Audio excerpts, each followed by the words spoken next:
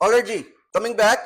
अच्छा मुझे ये बताइए कि ये मेरे पास एक टर्म आ गई, मेरे पास एक फंक्शन आ गया, लैग्रांज का फंक्शन आ गया, जिसको मुझे मिनिमाइज करना है। I want to minimise this w, ठीक है, मैंने इसको मिनिमाइज करना है। हाँ जी, किसी भी फंक्शन की मिनिमम वैल्यू या मैक्सिमम वैल्यू को फाइंड आउट करने के लिए मुझे क्या करना पड़ता है? डेरिवेटिव इक्वल टू जीरो नहीं पुट करना पड़ता, ठीक है। For finding extreme values set derivative equal to zero.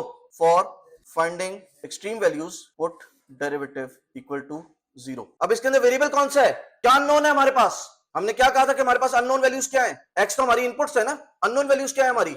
What was not known? Perpendicular या w जो है that is unknown. So let me delta l by delta w, मैं यहां पे ऊपर फंक्शन लिख देता हूं ताकि इसको कॉपी कर लेते हैं। ये हमारा फंक्शन है, ठीक है। इसको हमने डेरिवेट करना है with respect to my w, और w क्या है? मेरा वेक्टर है। दिस इज इक्वल टू, ये 2 है, ये 2 टाइम्स, ठीक है। तो क्या आ जाएगा यहाँ पे 2 से कट जाएगा, और उसके बाद मेरे ये मैग्नीट्यूड है वो आ जाएगा this minus summation of alpha I times, अब इस टर्म के अंदर w आ रहा है, इस टर्म के अंदर w आ रहा है, तो w खत्म हो जाएगा और मेरे पास yi xi बच जाएगा, ठीक है। yi xi बच जाएगा, और इसको मैंने किसके इक्वल पुट करना है? इक्वल टू जीरो पुट करना है। जब मैं इसको इक्वल टू जीरो पुट करूंगा तो मुझे ये पता चलेगा कि my w vector is equal to summation of alpha i yi xi। यहां से मुझे ये पता चला,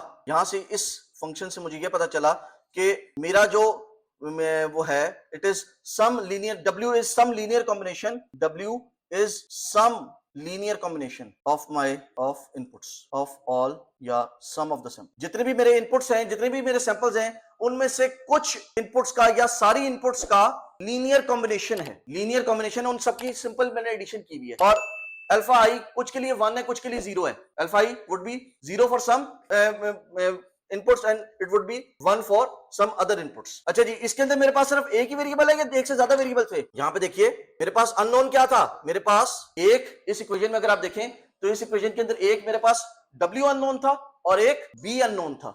b was also unknown to me, तो मुझे b के हिसाब से भी इसको देखना पड़ेगा कि b की क्या वैल्यू होगी। So delta l by delta b is equal to, again इस टर्म के अंदर कोई b की टर्म आ रही है, यहां पे कोई b की टर्म आ रही है, पहले वाले पोर्शन के अंदर कोई b की टर्म आ रही है, तो ये क्या बन जाएगा? ये 0 बन जाएगा। 0 माइनस, हाँ जी, आगे यहां पे आ रहा है ये वाली टर्म पूरी 0 हो जाएगी, minus summation minus 0 minus alpha I summation of alpha I times b, एक वो आ रहा है, बस ये बच जाएगा, अल्फा आई वाई आई बचेगा, बेसिकली वाई आई मल्टीप्लाई हो रहा है, अल्फा आई वाई आई बचेगा, ठीक है।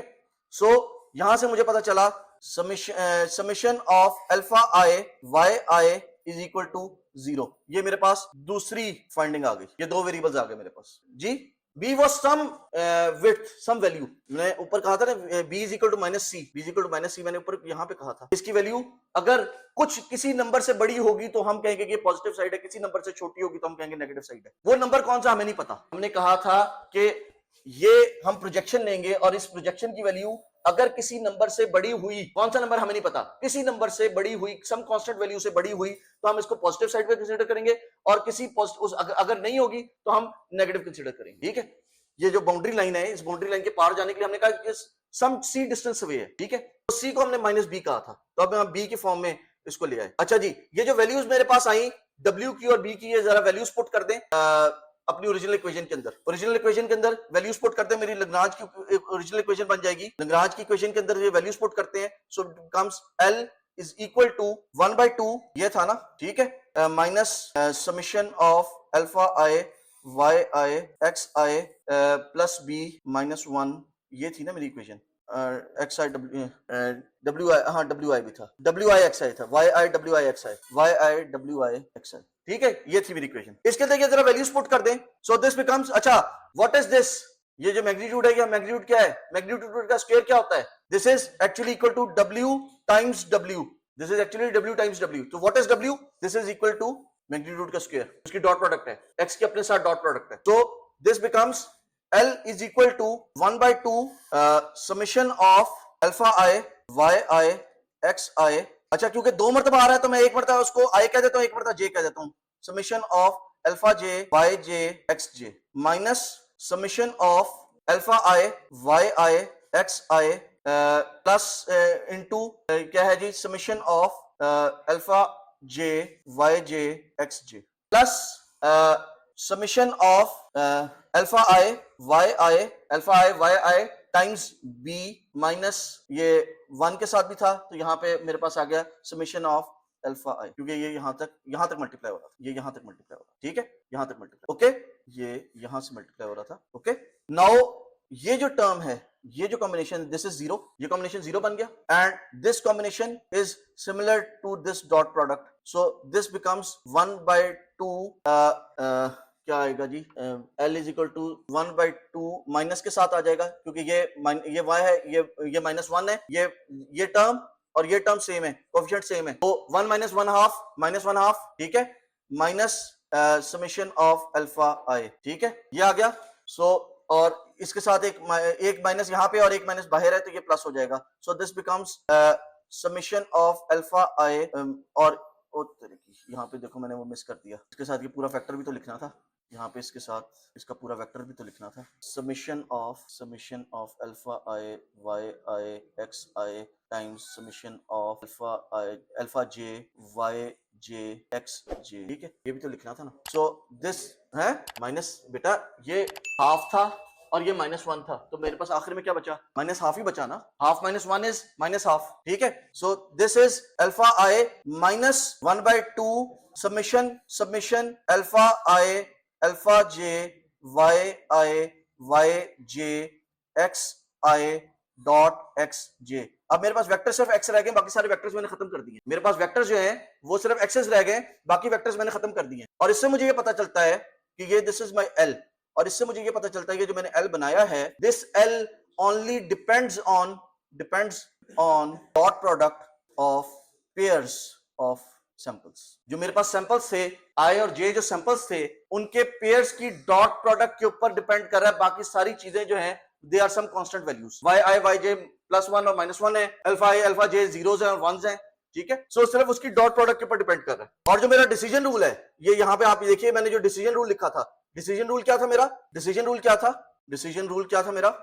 रूल था मेरा, यहाँ पे मैंने कहाँ लिखा था डिसीजन रूल था मेरा, W vector times unknown vector plus B is greater than equal to 0 for positive cases. जरा वैल्यू पुट कर लें, वैल्यू पुट करें, पॉजिटिव केस की वैल्यू क्या बनेगी, W की वैल्यू क्या है, W की वैल्यू है summation of alpha I Y I x आई, ठीक है, and what is by U is my unknown vector, इसको मैंने कहा x j unknown vector, plus B is should be greater than equal to 0, ठीक है। So for positive case, that means जो मेरा decision है, that also depends on this dot product of pairs.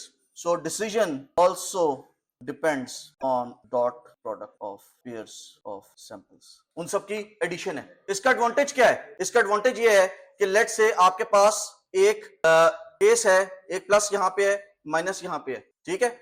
यहाँ पे जो हमारा ओरिजिनल केस था, हम उसी केस को ले लेते हैं। लेट्स से हमारे पास प्लस के माइनस यहाँ पे थे हमारे, we had minus here and we had minus here and we had plus here and plus here, ठीक है।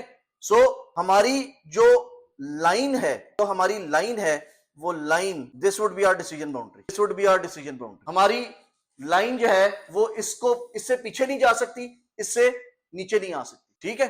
These are called my support points, जो मेरा डिसीजन सपोर्ट है, these points are called by decision support points. इस point से ये वाला point और ये वाला पॉइंट जो है, ये डिसाइड करते हैं कि मेरी लाइन इससे आगे नहीं बढ़ सकती, मेरी सड़क मैक्सिमम जो है वो इतनी चौड़ी हो सकती है, इससे ज्यादा चौड़ी नहीं हो सकती, ठीक है। इसी तरह मेरे पास एक और केस है, एक प्लस यहाँ पे पड़ा हुआ है, माइनस यहाँ पे पड़ा हुआ है, तो जो मेरी डिसीजन लाइन होगी, that decision line would be ये मेरी डिसीजन लाइन होगी। सिमिलरली अगर मेरे पास एक और केस आ जाता है जिसमें मेरे पास पॉइंट्स ये पड़े हुए हैं, तो मेरे पास जो डिसीजन बाउंड्री बनेगी, वो डिसीजन बाउंड्री ये बनेगी, माइनस जो है वो उस लाइन के इस तरह बनेगी, ठीक है।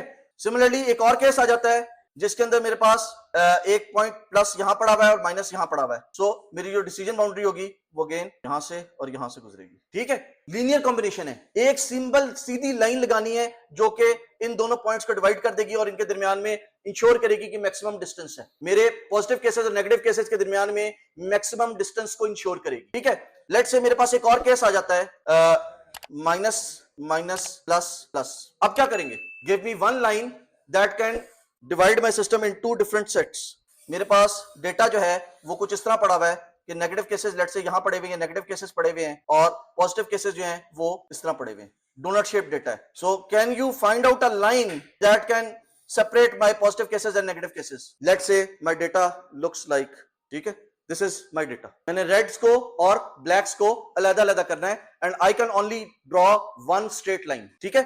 So basically मैं क्या कर सकता हूं, I am not limited to this two-dimensional vector space. हम अपनी vector space को किसी और रुख से देख सकते हैं। We can look at this data from some other perspective as well. Let's say मैं इस डेटा का स्क्वायर ले लेता हूं, हर वैल्यू का स्क्वायर ले लेता हूं। जो वैल्यूज ओरिजिन के करीब होंगी उनकी वैल्यू छोटी होगी, और जो वैल्यू ओरिजिन से दूर होंगी वो वैल्यू बड़ी होंगी। So this would effectively look something like this. इस तरह प्याला बन जाएगा। जब ये प्याला बन गया तो इस प्याले को मैं एक स्ट्रेट लाइन से फाड़ देता हूं, ठीक है। इसका एडवांटेज ये है कि आपको सिर्फ थोड़ा सा डेटा भी मालूम होना तो थोड़े से डेटा से भी जो है वो कर सकते हैं कि because only the edge cases are important. ये कहता है only the edge cases are important. Again इसका हम इसी तरह स्क्वायर लेते हैं, छोटी वैल्यूज इधर चली गई, बड़ी वैल्यूज इधर आ गई। ये हमने स्क्वायर लिया, स्क्वायर लेके हमने इसको बेशक 3D में आप किसी भी वेक्टर स्पेस में चले जाएं, लगानी आपने एक सिंगल लाइन है, ठीक है।